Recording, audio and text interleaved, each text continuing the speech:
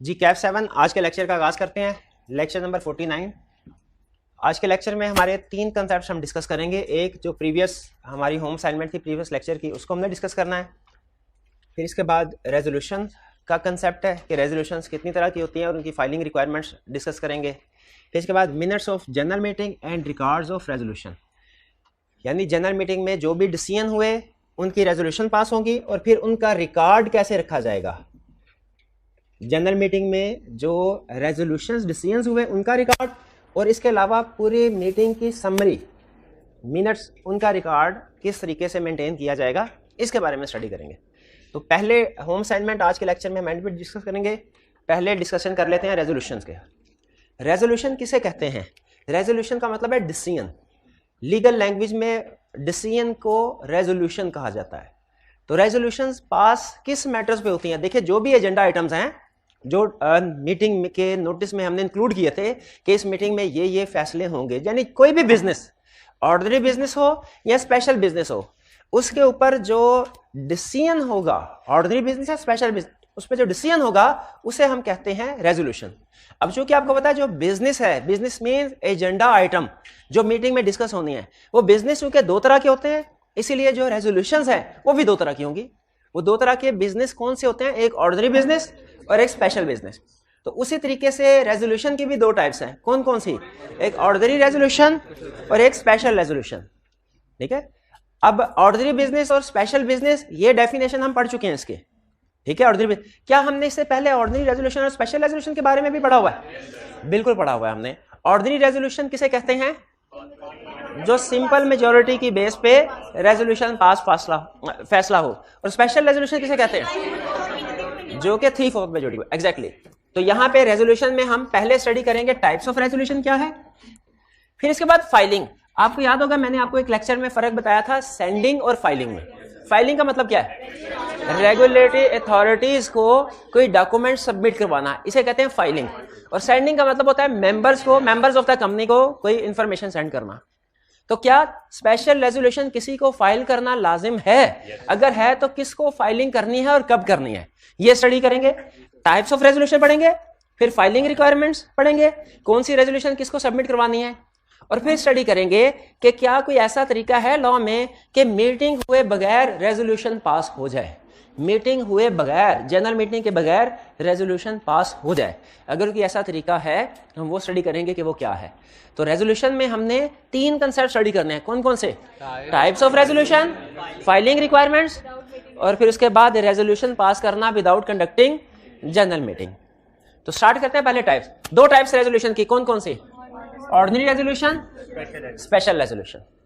Ordinary resolution का, अच्छा ये कंसेप्ट पहले हमने पढ़ा हुआ है, ये आपको बुक में शायद इस चैप्टर में नहीं मिलेगा, लेकिन हमने, मेरा ख्याल है चैप्टर 1 में स्टडी किया था। शाबाश। दो types, ordinary resolution, special resolution. Ordinary resolution कौन सी रेजोल्यूशन है? ऐसी resolution which is passed by majority of members entitled to vote and present. Entitled to vote and present, यानी वो मेंबर्स जिनके पास वोटिंग राइट्स हैं एंड प्रेजेंट। प्रेजेंट के लफ्ज के ऊपर फोकस कीजिए। इसका मतलब क्या हुआ? अगर फर्ज कीजिए एक कंपनी के 100 मेंबर्स हैं, ठीक है, 100 के 100 मीटिंग में प्रेजेंट है, तो ऑर्डिनरी रेजोल्यूशन पास करने के लिए कितने मेंबर्स का वोट चाहिए? 51 का। लेकिन फर्ज कीजिए कि अगर 40 मेंबर्स प्रेजेंट है, 40, और उन अब रेजोल्यूशन, ऑर्डिनरी रेजोल्यूशन पास करनी है, तो कितने मेंबर्स के वोट चाहिए? क्या 21 मेंबर्स अगर वोट कास्ट करते हैं उसे यह समझा जाएगा कि ऑर्डिनरी रेजोल्यूशन पास हुई है? भाई वो, लेकिन ओवर जो टोटल नंबर ऑफ मेंबर्स है उसके मेजॉरिटी तो नहीं है। यही लॉ यहाँ पे इस डेफिनेशन में समझा रहा है कि हमने जो मेजॉरिटी ऑफ मेंबर्स, यहाँ पे लफ्ज मेजॉरिटी है, इससे मुराद क्या है? वो मेंबर्स जो प्रेजेंट है, इनमें से जो मेजॉरिटी होगी उसकी, प्रेजेंट मेंबर्स की मेजॉरिटी को आपने काउंट करना है। और यही कंसेप्ट स्पेशल रेजोल्यूशन में भी है। कैसी रेजोल्यूशन है? जो pass by 3/4 majority of members entitled to vote and present. Again present में भी वही कंसेप्ट है। Entitled to vote and present का मतलब क्या? कि अगर फर्स्ट कीजिए 100 में से 40 मेंबर्स प्रेजेंट है, स्पेशल रेजोल्यूशन पास करनी है, कितने मेंबर्स का वोट चाहिए? 30, यानी 3/4 प्रेजेंट मेंबर्स का लिया जाएगा, तो फिर स्पेशल रेजोल्यूशन पास होगी। और इसके लिए जरूरी है कि 21 डेज का नोटिस पहले दिया गया हो, unless shorten notice agreed by all. यानी इसका मतलब क्या हुआ कि मीटिंग 21 डेज से जो सॉरी स्पेशल रेजोल्यूशन 21 डेज से कम के नोटिस पे भी पास हो सकती है। शर्त क्या है? सारे मेंबर्स एग्री करें। अच्छा, आपको याद है कि मिलता जुलता कंसेप्ट हमने एक्स्ट्राऑर्डिनरी जनरल मीटिंग में भी पढ़ा था कि एक्स्ट्राऑर्डिनरी जनरल मीटिंग कब कंडक्ट हो सकती है?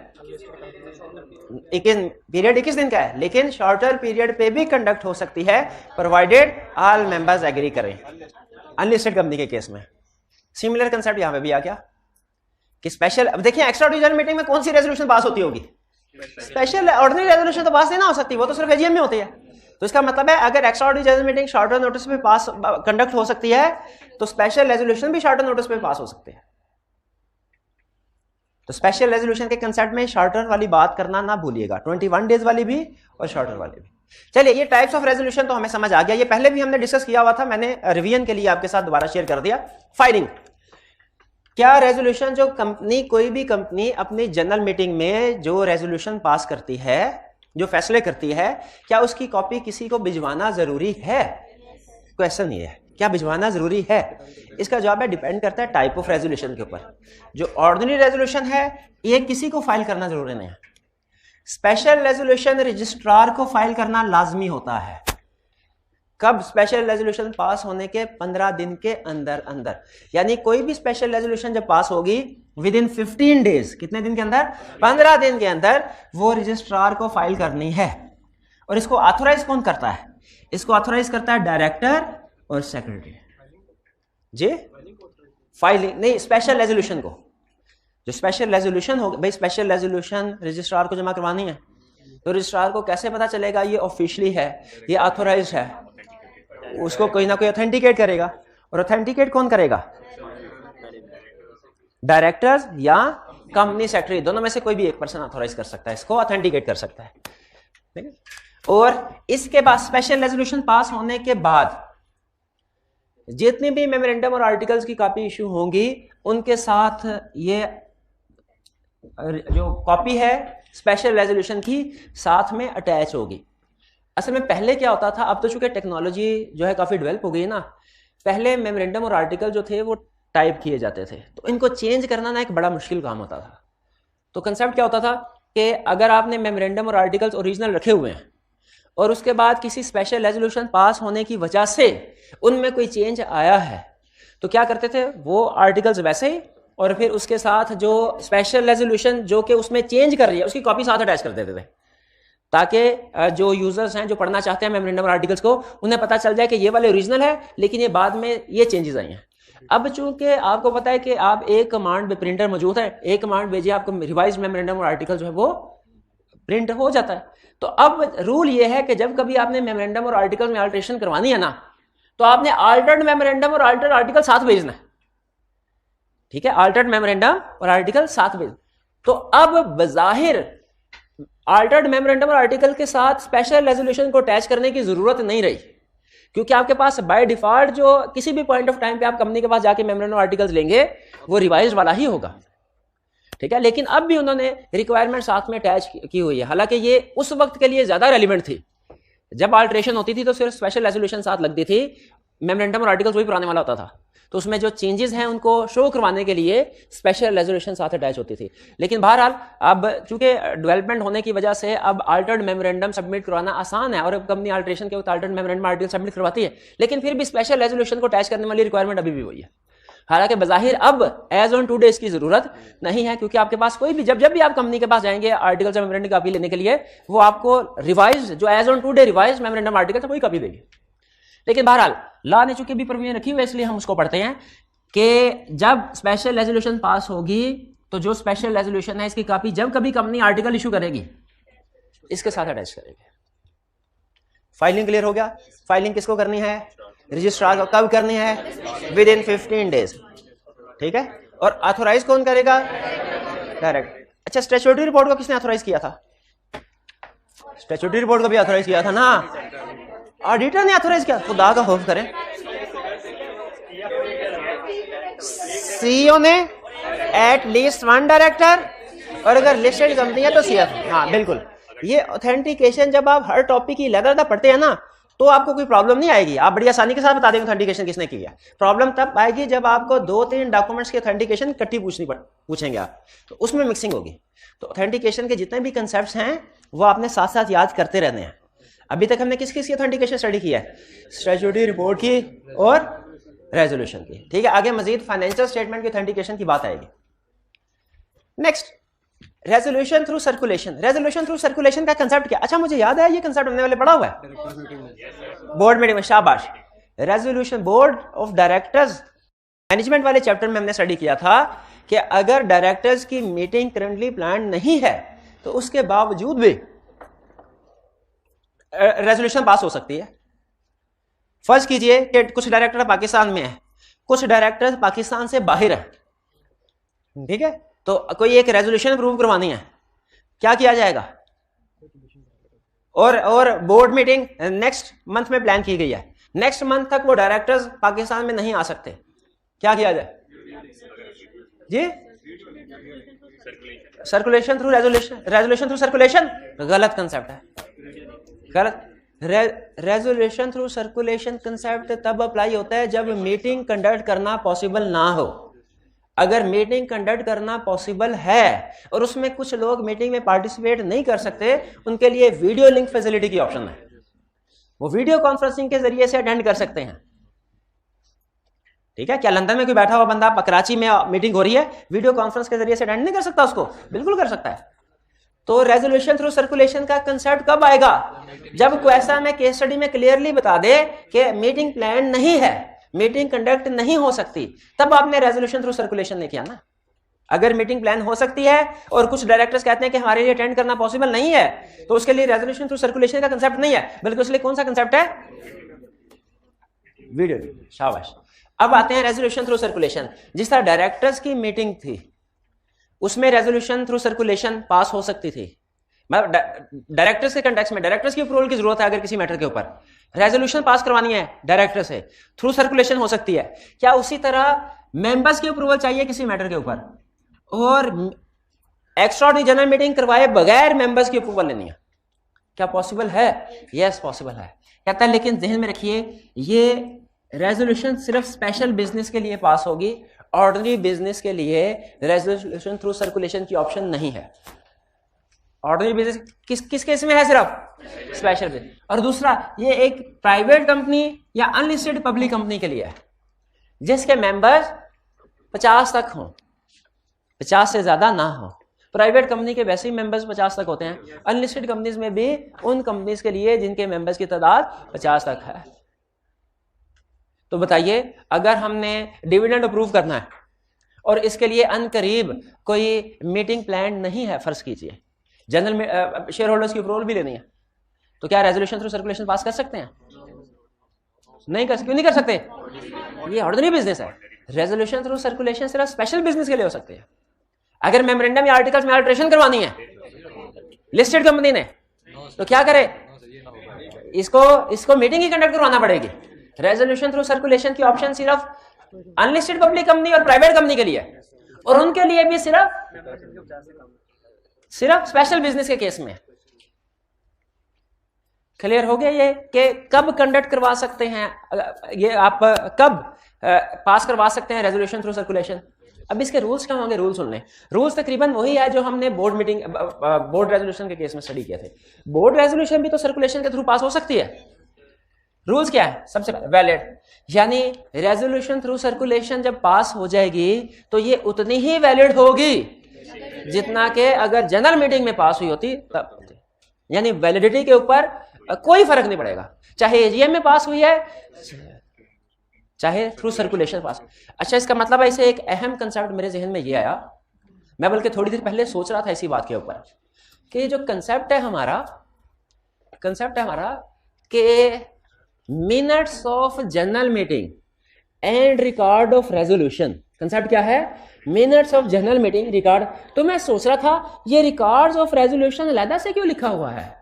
अगर जनरल मीटिंग के मिनट्स मेंटेन किए जा रहे हैं तो फिर जितनी रेजोल्यूशन पास हो रही हैं उनका सारा रिकॉर्ड भी तो मिनट्स में आ जाएगा।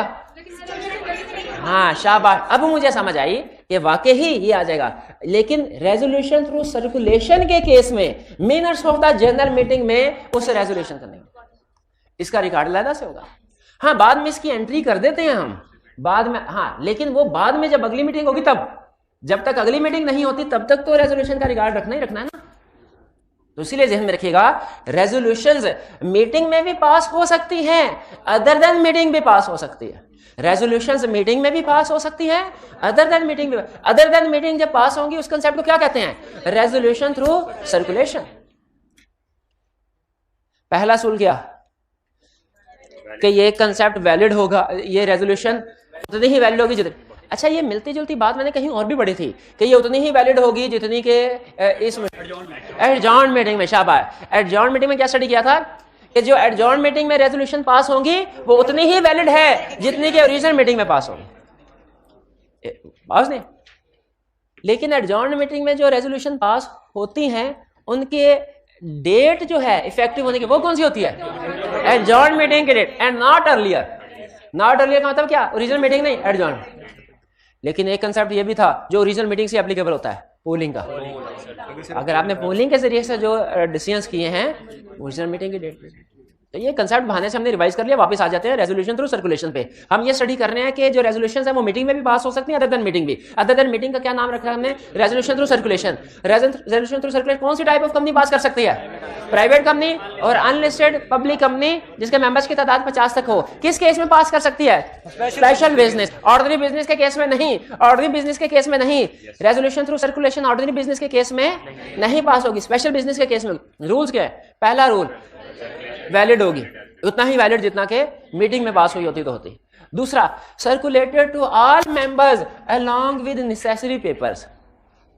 ये रेजोल्यूशन सारे मेंबर्स को सर्कुलेट की जाएगी, ये नहीं मर्जी मर्जी के कुछ मेंबर को सर्कुलेट की बाकी को सर्कुलेट ही ना की, सारे मेंबर को सर्कुलेट की जाएगी along with necessary. Necessary papers का मतलब क्या है भाई? बात बात ऐसा होता है किसी डॉक्यूमेंट की अल्टरेशन, जैसे मेमोरेंडम और आर्टिकल्स की अल्टरेशन करनी है तो फिर रेजोल्यूशन के साथ मेमोरेंडम और आर्टिकल्स की कॉपी भी भेजी जाएगी, ठीक है? Document signed by all member, सारे मेंबर इस रेजोल्यूशन को साइन करके वापस भेजेंगे। जैसे घर में बैठे हुए हम मेंबर है, कोरियर वाला आया, सर आपका लेटर, हमने देखा कंपनी ने रेजोल्यूशन लिखी हुई थी, it is resolved that following articles will be change revised with effect from this date. हमने आर्टिकल्स पढ़े, चेंज पढ़ा, हमने कहा बिल्कुल ठीक हुआ है। क्या करेंगे? फोन करके बता देंगे, साइन करके वापस भेजेंगे, साइन करके। समटाइम ईमेल के जरिए से भी आ सकता है, तो क्या करें? डाउनलोड करके साइन करें, स्कैन करके वापस भेज दें। और डिजिटल सिग्नेचर से वो भी कर सकते हैं, डिजिटल सिग्नेचर। तो साइन करके वापस, अच्छा एक दफा आपने वापस भेज दिए, बाद में पता चला हो वोट यस नहीं, वोट तो नो का करना था, रिवोक नहीं कर सकते। एक दफा प्रूव कर दिया, रिवोक नहीं कर सकते, अपना वोट चेंज नहीं कर सकते।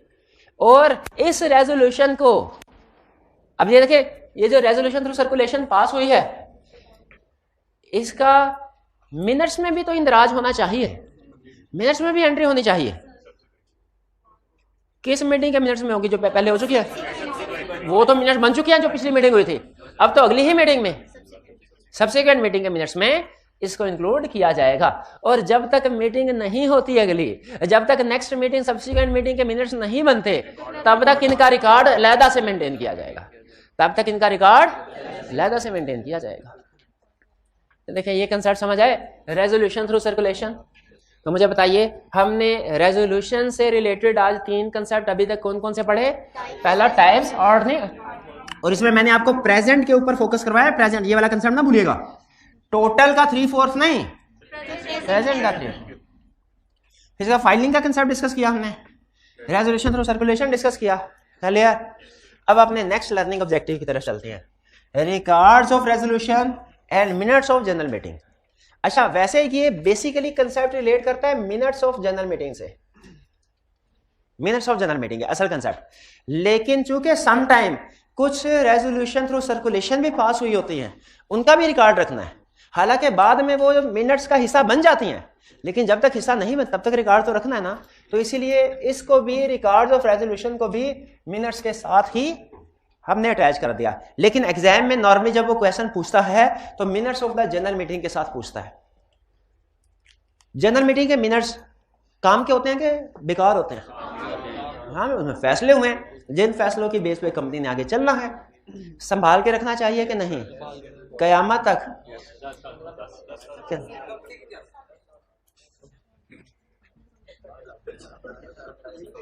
संभाल के रखना चाहिए। कहाँ? रजिस्टर्ड ऑफिस में, कंपनी के रजिस्टर्ड ऑफिस में, कंपनी के रजिस्टर्ड ऑफिस। अच्छा, इसको कोई ऑथेंटिकेट भी करता है? अभी से पहले हमने ऑथेंटिकेशन का कंसेप्ट पढ़ा था। क्या चीज ऑथेंटिकेट हो रही थी?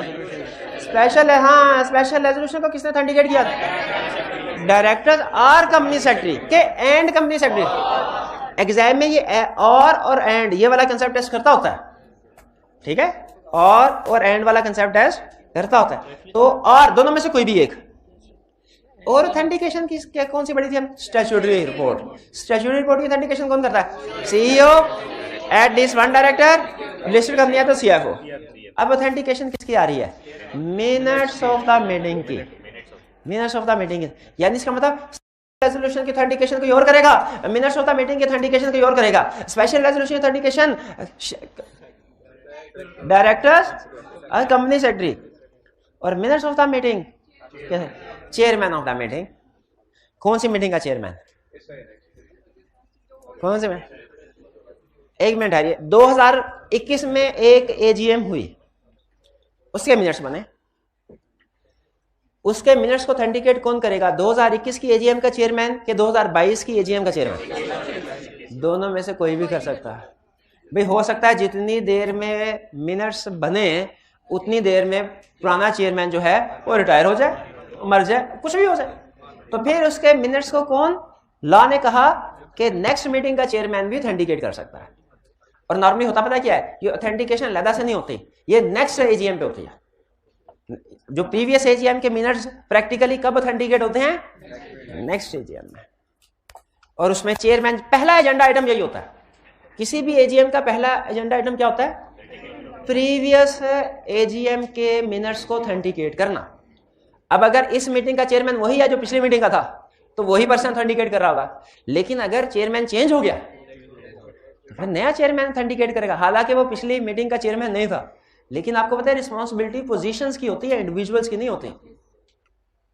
तो इसलिए चेयरमैन की ड्यूटी थी, चेयरमैन ही ये काम करेगा चाहे बदल गया हो।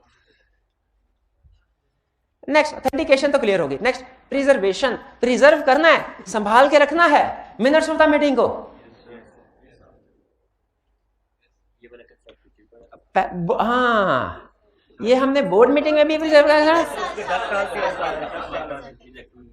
एक मिनट, यानी बोर्ड मीटिंग के मिनट्स को प्रिजर्व करना है फिजिकली 10 इयर्स और इलेक्ट्रॉनिकली परमानेंट, और जनरल मीटिंग के मिनट्स को 20 साल के, फिजिकली 20 साल, इलेक्ट्रॉनिकली परमानेंट। यानी इलेक्ट्रॉनिकली प्रिजर्व करने के लिए बोर्ड मीटिंग का के मिनट्स और जनरल मीटिंग के मिनट्स दोनों का पीरियड सेम है, यानी परमानेंटली।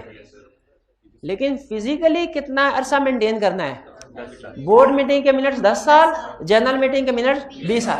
अब आप अक्सर इनको मिक्स करेंगे कि बोर्ड मीटिंग के मिनट्स 20 साल हैं और जनरल मीटिंग के भी 20 साल हैं। बोर्ड मीटिंग के मिनट्स 20 साल के लिए प्रिजर्व करने हैं, जनरल मीटिंग के लिए 10 साल। अच्छा, बोर्ड मीटिंग के मिनट्स भी 10 साल और जनरल मीटिंग भी 10 साल, तो फिर क्या? बोर्ड मीटिंग के 10 साल, जनरल मीटिंग के 20 साल इलेक्ट्रॉनिकली। तो इलेक्ट्रॉनिकली क्या है? परमानेंटली। शाबाश, ये फर्क ज़हन में रखना, ठीक है? बोर्ड मीटिंग के लिए 10 साल का पीरियड है, जनरल मीटिंग के मिनट्स के लिए 20 साल। आगे चलते हैं। सेंडिंग कॉपीज, कॉपी सेंड करनी है किसको? मेंबर्स को या डायरेक्टर्स वगैरह को? अथॉरिटीज को तो नहीं ना। सेंडिंग का वर्ड वो तो फाइलिंग का कंसेप्ट बन जाता है। बोर्ड मीटिंग के मिनट्स वैसे जनरल मीटिंग का कंसेप्ट है, लेकिन आपको पता है हमें जब मौका मिलता है ना, हम पुराना कोई ना कोई कंसेप्ट एक आधा हर लेक्चर में रिवाइज करते रहते हैं। तो बोर्ड मीटिंग के मिनट्स भी सेंड कर सकते हैं मेंबर्स को। मेंबर्स को मिनट्स नहीं सेंड करने, मेंबर्स को जनरल मीटिंग के मिनट्स सेंड करते हैं। हाँ, याद आया, एक इसी तरह का कंसेप्ट था कि बोर्ड मीटिंग में मेंबर्स नहीं आ सकते लेकिन जनरल मीटिंग में डायरेक्टर जा सकते हैं। तो उसी तरह का कंसेप्ट ये बना कि बोर्ड मीटिंग के मिनट्स मेंबर्स को नहीं भेजे जाते, सिर्फ डायरेक्टर्स को भेजे जाते हैं। लेकिन जनरल मीटिंग के मिनट्स वो अगर डायरेक्टर्स आए तो वो भी पढ़ सकते हैं।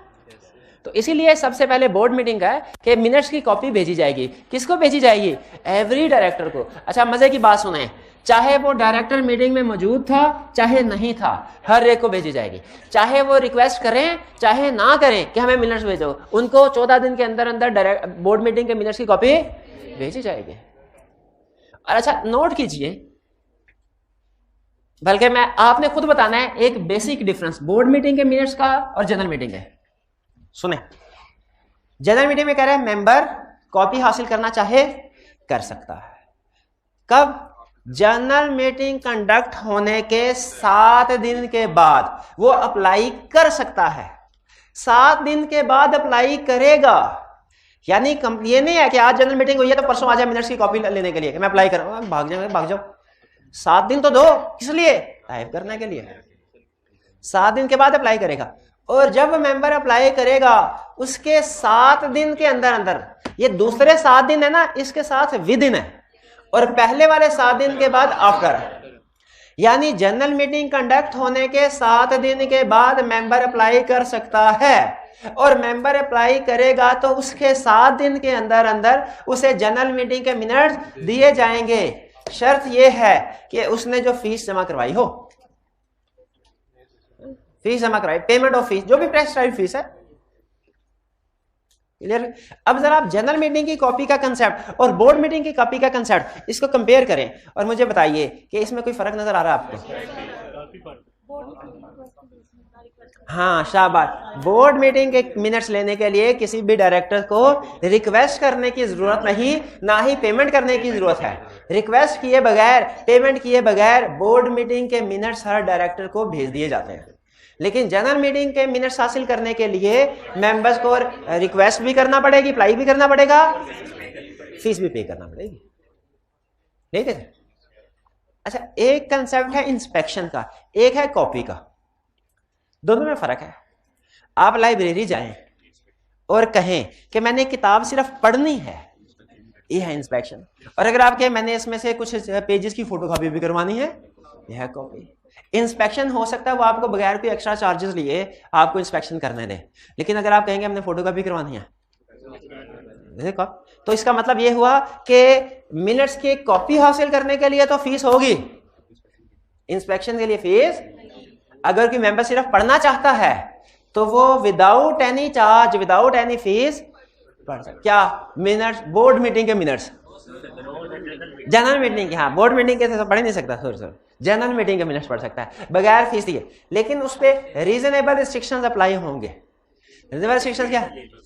तस्वीर नहीं लेना, हाँ कहीं ऐसा ना साथ में चाय का कप भी ले है, लाइब्रेरी में बैठ के मजे से पढ़ूंगा भी चाय का, और पढ़ते पढ़ते नोटिस के ऊपर चाय का कप रख दिया, ऐसे होता है क्या? नहीं, ऐसे हो सकता है ना।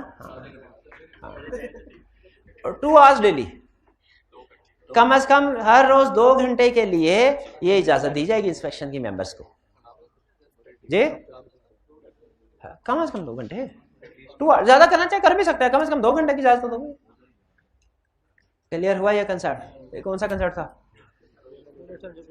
मिनट्स और जनरल मीटिंग के कंसेप्ट। क्लियर? चलिए, ये हमने आज के लेक्चर में यही 2 कंसेप्ट पढ़ने थे, लेकिन अभी एक काम रह गया। क्या? हाँ, डिस्कशन, होम असाइनमेंट की डिस्कशन। कोई कल नहीं करनी, कल के लिए पहले ही बहुत ज्यादा मटेरियल और एमसीक्यूज भी हैं, डिस्कशन तो आज ही होगी। अच्छा, आपको मैं 3 मिनट दे रहा हूं, आप चाहे तो इस 3 मिनट में जितना शोर मचाना है, जितना कलपना है कलप लें, और दूसरी ऑप्शन इन 3 मिनट्स में जो कुछ गुस्से से क्यों देख रहे हो भाई, इन 3 मिनट्स में रीड करना है तो रीड कर लीजिए। बेहतर यह है कि अभी जो पढ़ाया ना ताज़ा ताज़ा है, रीड कर लेंगे ना तो क्लियर हो जाएगी। हाँ रीड कर लें, और तब तक मैं आपका जो होम असाइनमेंट है उसको रेडी करता हूँ। पॉज कीजिएगा। जी जी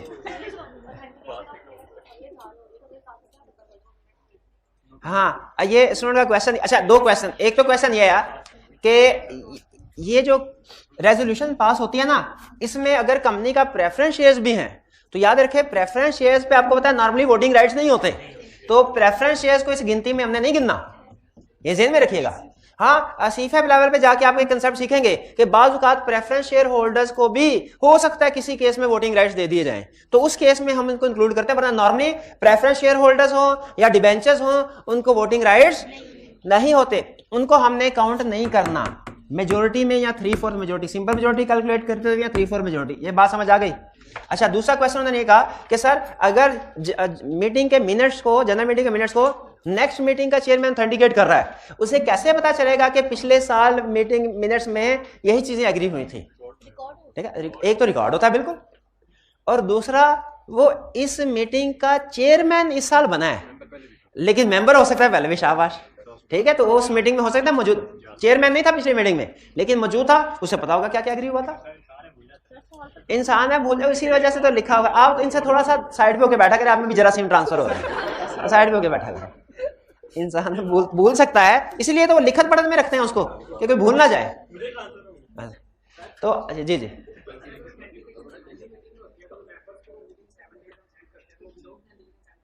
हाँ जी, अगर ऑथेंटिकेशन फर्ज कीजिए, उन्होंने कहा जी अगले साल होती है, तो अगर मेंबर्स को कॉपी सेंड करने विदाउट ऑथेंटिकेशन, बिल्कुल विदाउट ऑथेंटिकेशन, वो कंपनी सेक्रेटरी उसको साइन कर देगा, लेकिन चेयरमैन की तरफ से ऑथेंटिकेटेड नहीं होगी। ये सर्कुलेशन, हाँ जी, अप्रूवल से पहले रिवोक कर सकते हैं, बिल्कुल बिल्कुल। अप्रूवल के बाद रिवोकेशन नहीं हो सकती। पहले रिवोक करने का मतलब वोट ही ना कास्ट करो, नहीं, एक दफा आपने जो रेजोल्यूशन और सर्कुलेशन में वोट कास्ट कर दिया, वो आपका फाइनल हो गया। अच्छा, नेक्स्ट अब होम असाइनमेंट की डिस्कशन करते हैं। Question 16, board of directors of classic paints limited, a public listed company, has called an extraordinary general meeting on the requisition of shareholder holding 10% of the voting power of the company। पहले चीज मुझे बताइए, क्या director extraordinary general meeting call कर सकते हैं? वही तो करते हैं। मेंबर्स खुद से भी कॉल कर सकते हैं। कब? अगर मेंबर्स ने रिक्वेजिशन सबमिट करवाई हो और with in 21 days director proceed नहीं करते, फिर मेंबर खुद से कॉल कर सकते हैं। वरना अगर रिक्वेजिशन मेंबर्स की तरफ से भी आई हो ना एक्स्ट्राऑर्डिनरी जनरल मीटिंग की, तो कॉल डायरेक्टर ही करेंगे। रिक्वेजिशन मेंबर्स की तरफ से भी आई हो, कॉल एक्स्ट्राऑर्डिनरी जनरल मीटिंग को डायरेक्टर्स ही करेंगे। आगे चलते हैं। Approximately 20 minutes before the commencement of the meeting, chairman of the board of directors informed the company secretary of his inability to attend the meeting due to death of a close relative। Chairman ने कहा close relative की death हो गई, 20 minute पहले कहा मैं meeting में नहीं आ सकता। Required, what would be the quorum of the above meeting?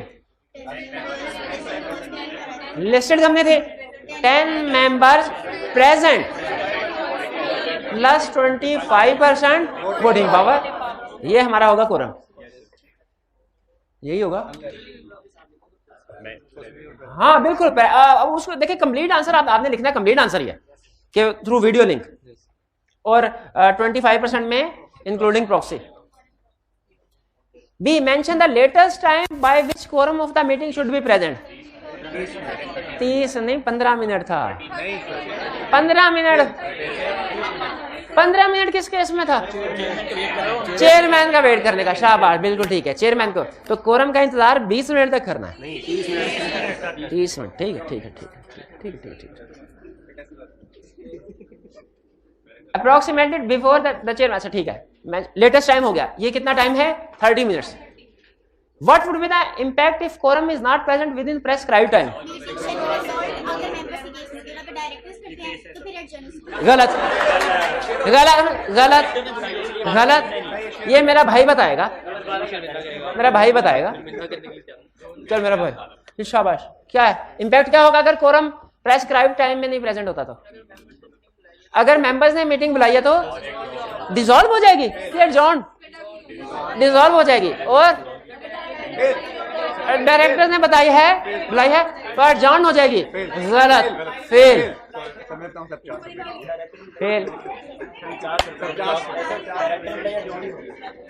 जो इंफॉर्मेशन क्वेश्चन में दी हुई हो उसकी एजम्पशन नहीं लेते।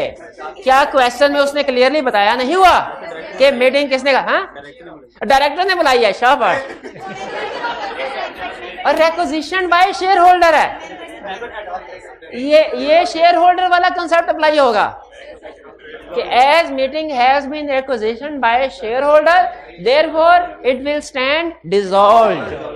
अगर within 30 minutes quorum present नहीं होता मीटिंग, इसमें इफ करने की जरूरत नहीं है। क्योंकि क्वेश्चन में क्लियरली बता दो रहा है शेयर होल्डर ने बुलाई, बता रहा है। See who could chair the meeting in the above situation? Chairman तो भाईजान डेथ पे गया खुदा का हो, वो जनाजे में शिरकत के लिए गया हो। सही रटा छापते हैं, सही छापते हैं। एनी ऑफ द डायरेक्टर्स और members if no director is present or not willing to chair. बिल्कुल ये क्लियर हो गया, ये सारे केस स्टडी।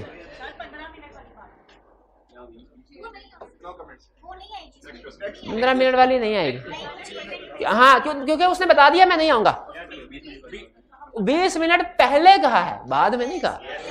मीटिंग से पहले कहा है, बाद में भी कहा होता तो हम कहते अब तुम्हारे बताने की जरूरत ही नहीं है। क्यों? क्योंकि हमने 16वें मिनट में फाइंड कर लिया अपना बंदा, अब तुम्हारे बताने का क्या फायदा।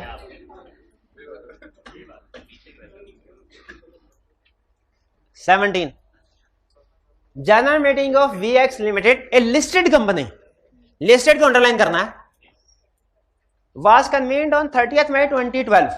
However, only 4 shareholders turned up to attend the meeting.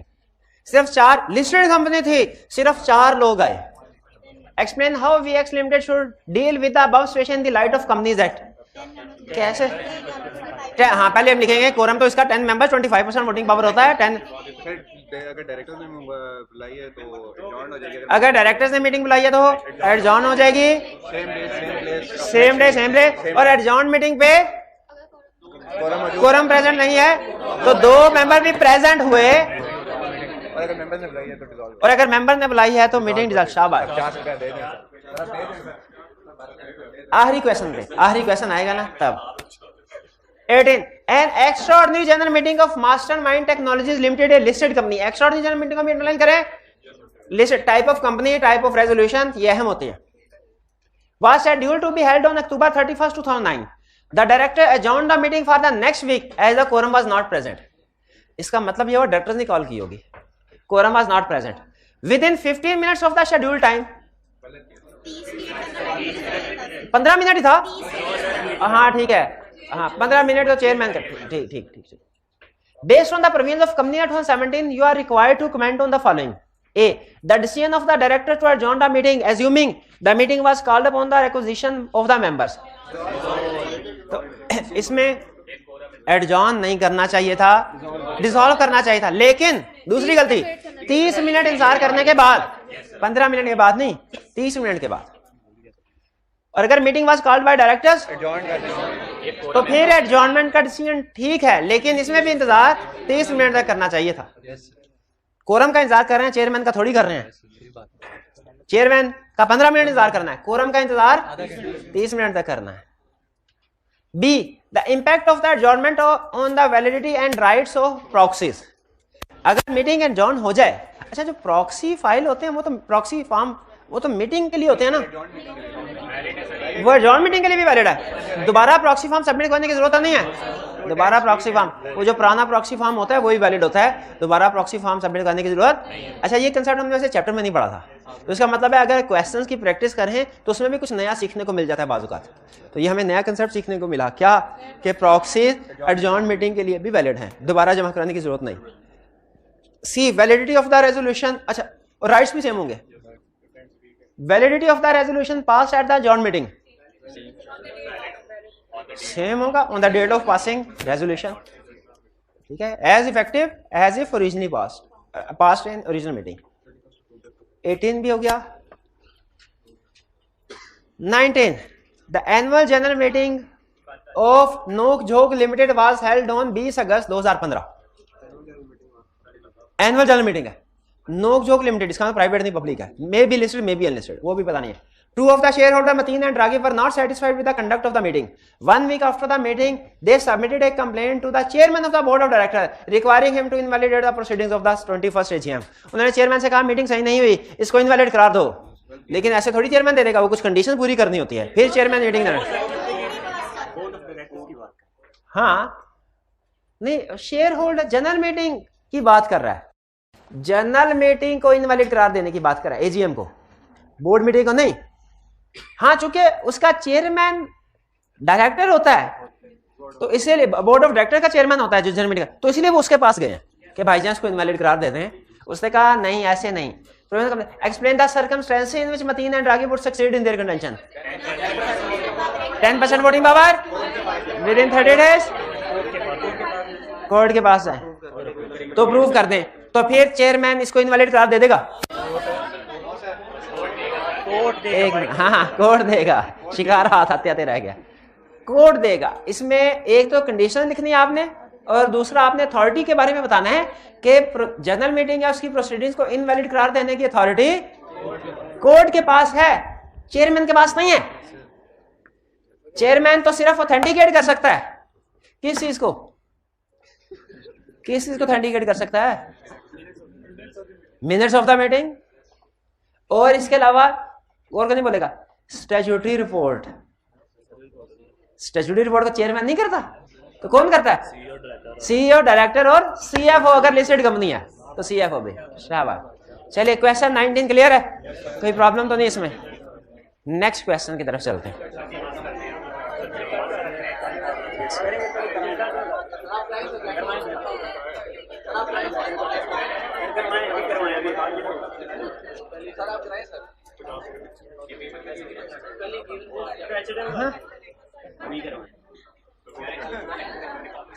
चलें फिर कल के लेक्चर में नहीं, आप रोए ना, प्लीज रोए ना, कल कर लेते हैं, ठीक है? खुश खुश कर जाए।